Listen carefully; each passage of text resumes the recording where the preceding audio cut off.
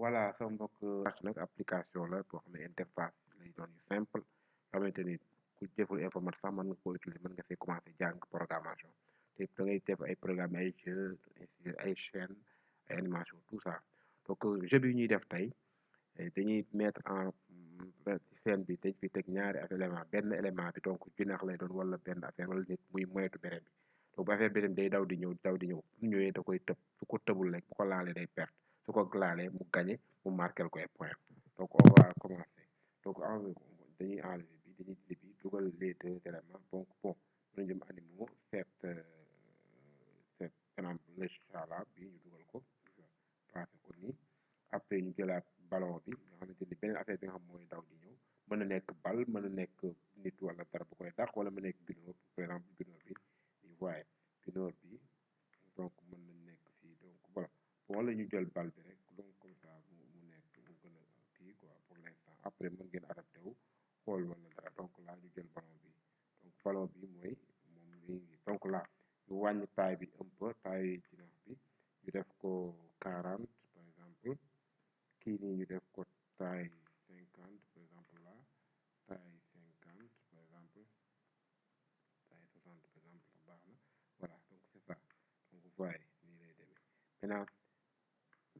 ñu ko commencé ci bon mën nañu changer arrière plan bi par exemple jeu bi amee dans la forêt wala ci benn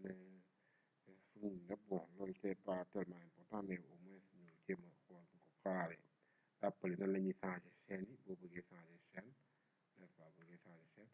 peut-être jël bii wala ñu jël bii chaîne bi voilà donc voilà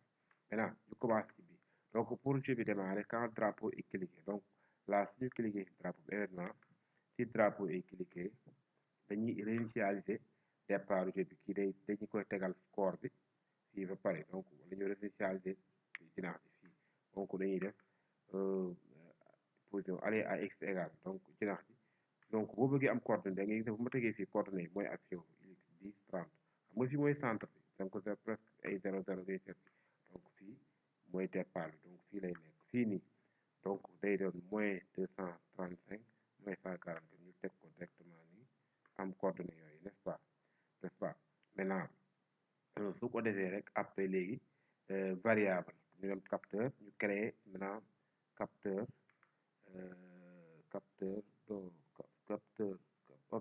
variable du moins ñu créer ko score donc créer une variable ici variable ñu tuddee ko score score variable score attention variable score voilà donc ok donc score baa ngi nii donc su gagné rek mu defal ko fi point donc variable score maintenant ñu initialiser le score à 0 donc la mettre score à 0 donc là c'est score à 0 score bi n'est-ce pas voilà donc initialiser maintenant comme initialiser score à 0 léegi dañuy jinax ji par touche espace moo koy yëkkat suñu bësee espace mu jóg donc ñu def événement quand touche espace la touche espace su fekkee laal nañ ko n'est-ce pas dañuy démarrer jeu bi donc jeu bi nu muy démarrer suñu laalee espace bi day tëb 15 wàccaat 15 donc pas yi par 1 2 3 4 la mais dañuy def tëb 15 1 2 ba 15 côté bi wàccaat même 15 bi donc là maintenant da koy répéter 10 fois donc 1 2 3 4 5 6 9 10 donc dañuy def contrôle répéter pendant 10 fois n'est-ce pas mouvement x bi moo nekk y bi moo nekk donc waaye ajouter y à 10 donc là à 15 10 fois la ngay def 15 fois lay tëb 15 day 1 2 3 4 5 15 wàccaat donc day wàccaat donc contrôle encore répéter 10 fois vous voyez il va répéter encore 10 fois avant mouvement jëlaat bi tamit même chose waaye donc là moins 15 te pour mu ñëwaat moins 15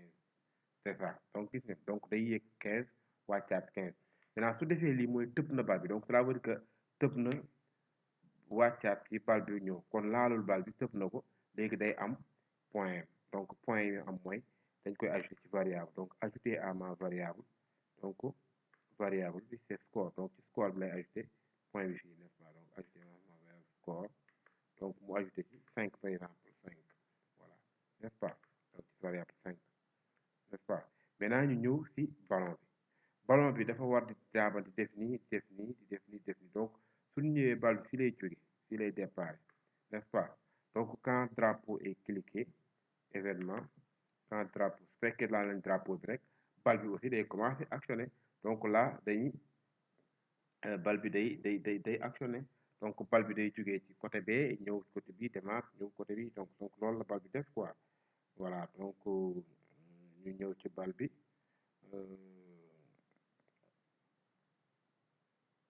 donc bal bi moom bu commencé de manière indéfinie donc contrôle pardon indéfinie contrôle donc bal bi day point bi lay départ donc événement mouvement donc point boobu mi ngi nii boo xoolee coordonnées yi foofu x égale y égale donc jël teg n'est-ce pas après mu jógee foofu ñëw ci point bi ñëw ci point bi ci après mën nañu ko teg ci digg bi mën nañu mu ci coordonnées teg ko ci digg ñëw ci point bi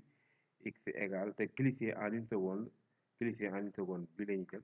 mooy point bi point coordonnée donc xool coordonnée bi mu nekk moo nekk nii donc mooy point bi n'est-ce pas maintenant jinax ji dañ mën nañu changer position mu ñëw au milieu donc jinax ji pour mu ñëw au milieu donc fii nga xamante ni waa fii jinax ji fii nga xam bu ko tëbee rek jàll dana baax fii dana baax jinax léegi jinax bi fu mu nekk fii donc coordonnées yooyu c'est ça x moins 144 moins ici la départ bi la fii lay départ moins 144 moins 500 moins 144 bi fii la moins 144 donc là c'est x égale moins 144 ci nax ji moins 145 fu mu maintenant mën nañu essayer tester voilà gis nga mi ngi def donc est-ce que bu ma bësee espace gis nga mi ngi tëb gis nga mi ngi tëb maintenant lan mooy problème bi nag léegi mooy est-ce que mi ngi laal gis nga bu laalee du def effet donc problème boobu la ñuy régler donc pour que ku laalee mu perte mais mi ngi tëb gis nga su tëbee xool leen fii bu tëbee day marqué point bu tëbee rek damay marqué point tëb na laal bu ma laalu ba maintenant bu ma laalee waruma marqué point donc loolu la ñuy régler donc là on revient ici après on ajoute quand événement est pressé su fekkee dañu laal événement drapeau bi n'est-ce pas contrôle je pense bien attendre jusqu'à ce que day xaar ba mu laal ko rek jusqu'à ce que ma def capteur touche pointeur touche maintenant pointeur bi ma changé ko def ko touche 4 mooy chat voyez 4 mooy le chat donc touche 4 mooy quand bal bi su fekkee bal bi laal na chat bi mooy loolu quand xam nga ni ci bal bi su bal bi laalee chat bi loolu maintenant dans ce cas on va dire événement plan événement contrôle je pense lay war doon voilà attendre donc stop mooy le jeu bi jeex donc bu ma defee nii def nii donc voyez gis nga donc maintenant me reprendre voyez là gis nga man je marque 10 points je marque gis nga sama xoolal compteur bi ci kaw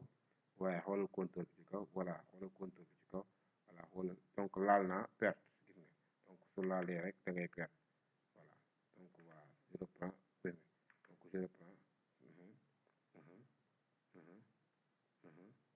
perte donc lii moo doon jeu bi de manière très simple ngeen abonné ci chaîne bi commenter s'il y a bu ngeen bëggee ay suggestions wala voilà n'hésitez pas aussi à liker maintenant pour que YouTube gën a reconnaître suñu chaîne mën koo diffuser bu baax a baax ci yeneen kii donc ci yeneen abonné yu bari donc ñoo ngi leen di jaare bu baax a baax maintenant man ngeen